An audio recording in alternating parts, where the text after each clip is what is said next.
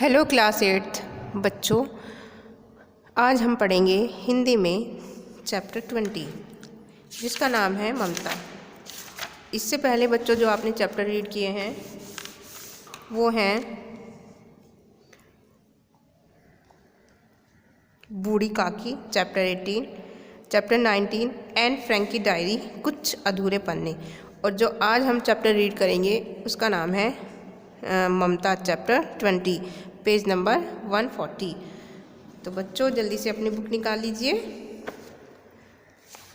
Page number है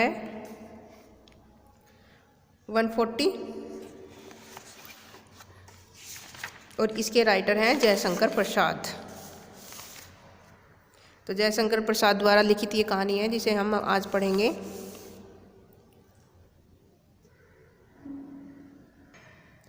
तो बच्चों जयशंकर प्रसाद द्वारा लिखित ये कहानी ममता एक बहुत ही ऐतिहासिक कहानी है। इसमें भारतीय नारी की करुण अवस्था और उसके त्याग में उत्कर्ष दोनों का वर्णन है। तो चलिए इसे हम पढ़ते हैं। रोहतास दुर्ग के प्राकोष्ठ में बैठी हुई युवती ममता शोण के गंभीर तीक्ष्ण प्रवाह को देख रही थी। ममता विधवा थी। उसका यौवन शोण के समान ही उमड़ रहा था। मन में वेदना, मस्तक में आंधी, आंखों में पानी की बरसात लिए वह दुख के कंटक शयन में विकल थी। वह रोहतास दुर्गपति के मंत्री चूड़ामणि की अकेली दुहिता मतलब पुत्री थी। फिर उसके लिए कुछ अभाव होना असंभव था, परंतु वह एक विधवा थी। हिंदू विधवा संसार में सबसे तुच्छ निराश्रित प्राणी है। तब उसकी विडंबना का कहाँ अंत था। ठीक है बच्चों, तो जो ये ममता थी वो एक विधवा स्त्री थी और जो रोहतास दुर्गपति के मंत्री जो चूड़ामणि थे उनकी अकेली बेटी थी। तो उनके लिए सारी सुविधाएं थी, सारी चीज़ उनके पास थी, लेकिन एक विधवा होने के कारण वो किसी भी फैसिलिटी का उपयोग नहीं कर सकती थी, क्योंकि आज के और पहले समय के जीवन में बहुत अंतर था। विधवाओं को एक बहुत ही बेकार जीवन जीना पड़ता था। तो चूड़ामणि ने चुपचाप उसके प्राकोष्ठ में प्रवेश किया, मतलब उसके कमरे में, उसके महल में। शोण के प्रवाह में, उसके कलनाद में अपना जीवन मिलाने में वह बेसुध थी। पिता का आना न जान सकी, मतलब वो अपने पुराने सब विचारों में खोई हुई थी। चूड़ामणि व्यवस्थित हो उठे। स्नेह पालिता पुत्री के लिए क्या करें यह स्थिर न कर सकते थे। लौटकर बाहर चले गए, ऐसा प्राय होता। पर आज मंत्री के मन में बड़ी दुश्चिंतता थी और पैर सीधे न पड़ते थे। एक पहर बीत जाने पर वे फिर ममता के पास आए। उस समय उनके पीछे सेवक चांदी के बड़े थालों में कुछ लिए हुए खड़े थे। कितने ही मनुष्य के पद शब्द सुन ममता ने घूमकर देखा। मंत्री ने सब थालों को रखने का संकेत किया। अनुचर थाल रखकर चले गए। तो जब उसके पिता आए तो उनके साथ कुछ उनके सैनिक भी थे, सेवक भी थे। तो वो हाथों में थाल लिए हुए थे और उन्होंने वो थाल वहीं पे रख दिए। ममता ने पूछा अपने पिताजी से कि पिताजी ये क्या है। पिताजी ने कहा तेरे लिए बेटी उपहार हैं। यह कहकर चूड़ामणि ने उसका आवरण उलट दिया। स्वर्ण का पीलापन और सुनहली संध्या में विकीर्ण होने लगा। ममता चौंक उठी। तो जो वो थाल लाए थे उसमें स्वर्ण मुद्राएं वगैरह थी। तो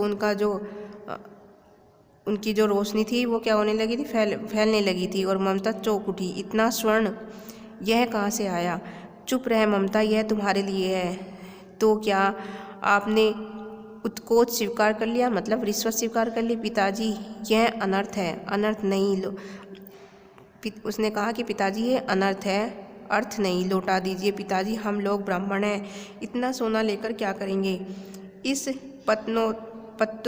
पतनोन्मुख प्राचीन सामंत वंश का अंत समीप है। बेटी किसी भी दिन शेरशाह रोहितास पर अधिकार कर सकता है।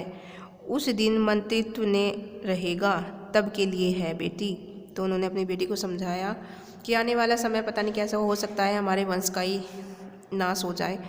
हमारा वंश ना रहे, तो इसलिए ये सब तुम्हारे लिए है। हे भगवान, तब के लिए, विपद के लिए इतना आयोजन, परम पिता की इच्छा के विरुद्ध इतना साहस, पिता जी क्या भीख न मिलेगी? उसने कहा कि मुझे ये नहीं चाहिए, इससे तो अच्छा है कि मैं भीख मांगकर अपना गुजारा कर लूँगी।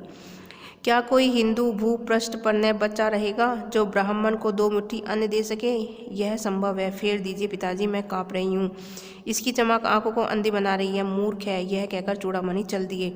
दूसरे दिन जब डोलियों का तांता भीतर रहा था, ब्राह्मण मंत्री चूड़ामणि का हृदय धक धक करने लगा।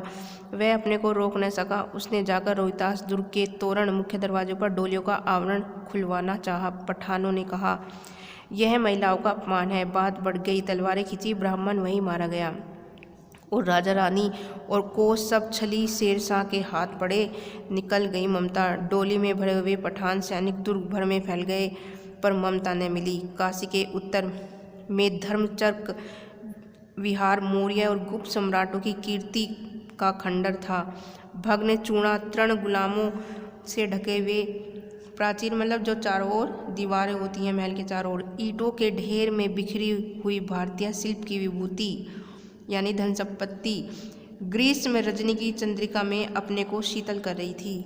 जहाँ पंचवर्गीय भिक्षु गौतम का उपदेश ग्रहण करने के लिए पहले मिले थे, उसी स्तूप के भग्नावशेष की मलिन छाया में एक झोपड़ी के दीपालोक में एक स्त्री पाठ कर रही थी।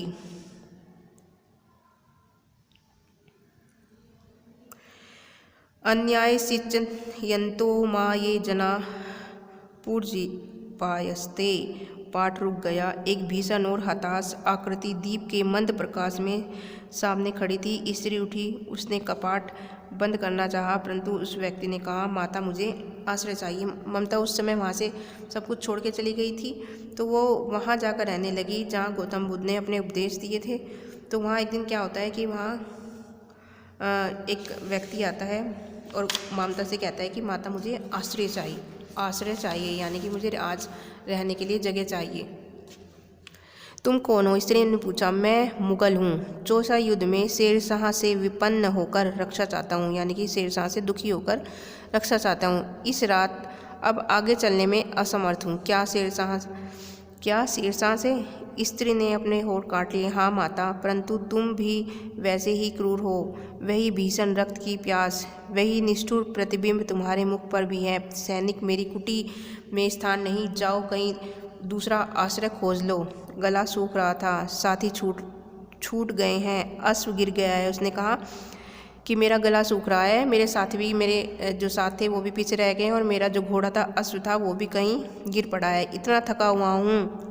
कहते कहते वह व्यक्ति थम से बैठ गया और उसके सामने ब्रह्मांड घूमने लगा। स्त्री ने सोचा, यह विपत्ति कहाँ से आई?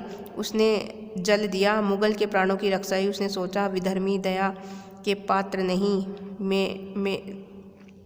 मेरे पिता का वध करने वाले आतताई मतलब अत्याचारी।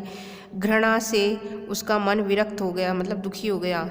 स्वस्थ होकर मुगल ने कहा, माता तो फिर मैं चला जाऊं? स्त्री विचार कही थी, मैं ब्राह्मणी हूँ, मुझे तो अपने धर्म अतिथि देव की उपासना का पालन करना चाहिए, परंतु यह दया तो नहीं, कर्तव्य करना है। तब मुगल अपनी तलवार देखकर उठ खड़ा हुआ। ममता ने कहा, क्या आश्चर्य है कि तुम भी छल करो, ठहरो। छल नहीं, तब नहीं स्त्री, जाता हूँ। तैमूर का वंशधर स्त्री से छल करेगा? जाता हूँ, भाग्य का खेल है। ममता के मन में कहाँ, यहाँ कौन दुर्ग है? वही झोपड़ी, जो चाहे ले लो, मुझे तो अपना कर्तव्य करना पड़ेगा। उसने कहा कि मेरे पास तो कुछ है नहीं, अगर तुम मुझे छल भी करोगे तो ये मेरे पास तो केवल यही झोपड़ी है, जो चाहे ले लो। वह बाहर चली गई और मुगल से बोली, जाओ भीतर थके हुए भयभीत पथिक, तुम चाहे कोई हो, मैं तुम्हें आश्रय देती हूँ। मैं ब्राह्मण कुमारी हूँ, सब अपना धर्म छोड़ दे तो मैं भी क्यों छोड़ दूँ। मुगल ने चंद्रमा के मंद प्रकाश में वह महिमा में मुखमंडल देखा। उसने मन ही मन नमस्कार किया। ममता पास की टूटी हुई दीवारों में चली गई। भीतर थके पथिक ने झोपड़ी में विश्राम किया। प्रभात के खंडर में संधि से ममता ने देखा, सैकड़ों अश्वारोही उस प्रांत में घूम रहे थे। वह अपनी मूर्खता पर अपने को कोसने लगी। बाद में उसने देखा कि बहुत सारे सैनिक वहाँ पर आ गए हैं। तभी उस झोपड़ी से निकलकर उस पथिक ने कहा, मिर्जा मैं यहाँ हूँ। शब्द सुनते ही प्रसन्नता की चित्कार ध्वनि से वह प्रांत गूंज उठा। ममता अधिक भयभीत हुई। पथिक ने कहा, वह स्त्री कहाँ है, उसे खोज निकालो। ममता छिपने के लिए अधिक सचेष्ट हुई। वह मृग दांव से चली, यानी कि वो अपनी धीमी धीमी चाल से वाराणसी के निकट वह स्थान जहाँ गौतम बुद्ध ने अपने धर्मचक्र का प्रवर्तन किया था, वो वहाँ चली। दिन भर उसमें से न निकली, वो सारा दिन उसमें रही, उसमें से न निकली। संध्या में जब उन लोगों के जाने का उपक्रम हुआ तो ममता ने सुना पथिक घोड़े पर सवार होते हुए कह रहा था, मिर्जा उस स्त्री को मैं कुछ न दे सका, उसका घर बनवा देना, क्योंकि मैंने विपत्ति में यहाँ विश्राम पाया था। यह स्थान भूलना मत। इसके बाद वे चले गए। चौसा के मुगल पठान युद्ध को बहुत दिन बीत गए। ममता अब 70 वर्ष की वृद्धा है। वह अपनी झोपड़ी में एक दिन पड़ी थी। शीतकाल का प्रभात था। उसका जीर्ण कंकाल खांसी से गूंज रहा था। ममता की सेवा के लिए गांव की 2-3 स्त्रियां उसे घेर कर बैठी थी, क्योंकि वह आजीवन सबके सुख दुख की सहभागिनी, मतलब सभी के दुख सुख में उनका साथ रहती थी। ममता ने जल पीना चाहा। एक स्त्री ने सीपी से उसे जल पिलाया। सहसा एक अश्वारोही उसे झोपड़ी के द्वार पर दिखाई पड़ा। वह अपनी धुन में कहने लगा, मिर्जा ने जो चित्र बनाकर दिया है वह तो यह इसी जगह का होना चाहिए। वह बुढ़िया मर गई होगी। अब किससे पूछूं कि एक दिन शहंशाह हुमायूं किस छप्पर के नीचे बैठे थे। इस घटना में तो 47 वर्ष से ऊपर की हो गई। ममता ने अपने विकल कानों से सुना। उसके पास की स्त्री से कहा, उसे बुलाओ। अश्वारोही पास गया। ममता ने रुक रुक कर कहा, मैं नहीं जानती कि वह शहंशाह था या साधारण मुगल, पर एक दिन इसी झोपड़ी के नीचे वह रहा। मैंने सुना था कि मेरा घर बनवाने की आज्ञा दे चुका था। मैं आजीवन झोपड़ी खोदवाने के भय से भयभीत ही थी। भगवान ने सुन लिया। मैं आज इसे छोड़े जाती हूँ। अब तुम इसका मकान बनवाओ या महल। मैं अपने चिर विश्राम गृह में जाती हूँ। मतलब मैं तो अब भगवान के पास चली जाऊँगी। अब क्योंकि शहंशाह ने जो अपने सैनिकों को आदेश दिया था कि इसका घर बनवा देना, लेकिन सैनिकों ने उसका घर नहीं बनवाया। वो एज इट इज ऐसी एक झोपड़ी में रह रही थी। वह अश्वारोही अवाक खड़ा था। बुढ़िया के प्रण पक्षी अनंत उड़ गए। वहाँ एक अष्टकोण मंदिर बना और उस पर शिलालेख लगाया गया। 7 देश के नरेश हुमायूं ने एक दिन यहाँ विश्राम किया था। उसके पुत्र अकबर ने उसकी स्मृति में यह गगनचुंबी मंदिर बनवाया था, पर उस पर ममता का कहीं भी नाम नहीं था। तो ठीक है बच्चों, आपको भी ये चैप्टर अपनी बुक में से रीड करना है, उसका बुक वर्क भी फिल करना है। Thank you, have a nice day.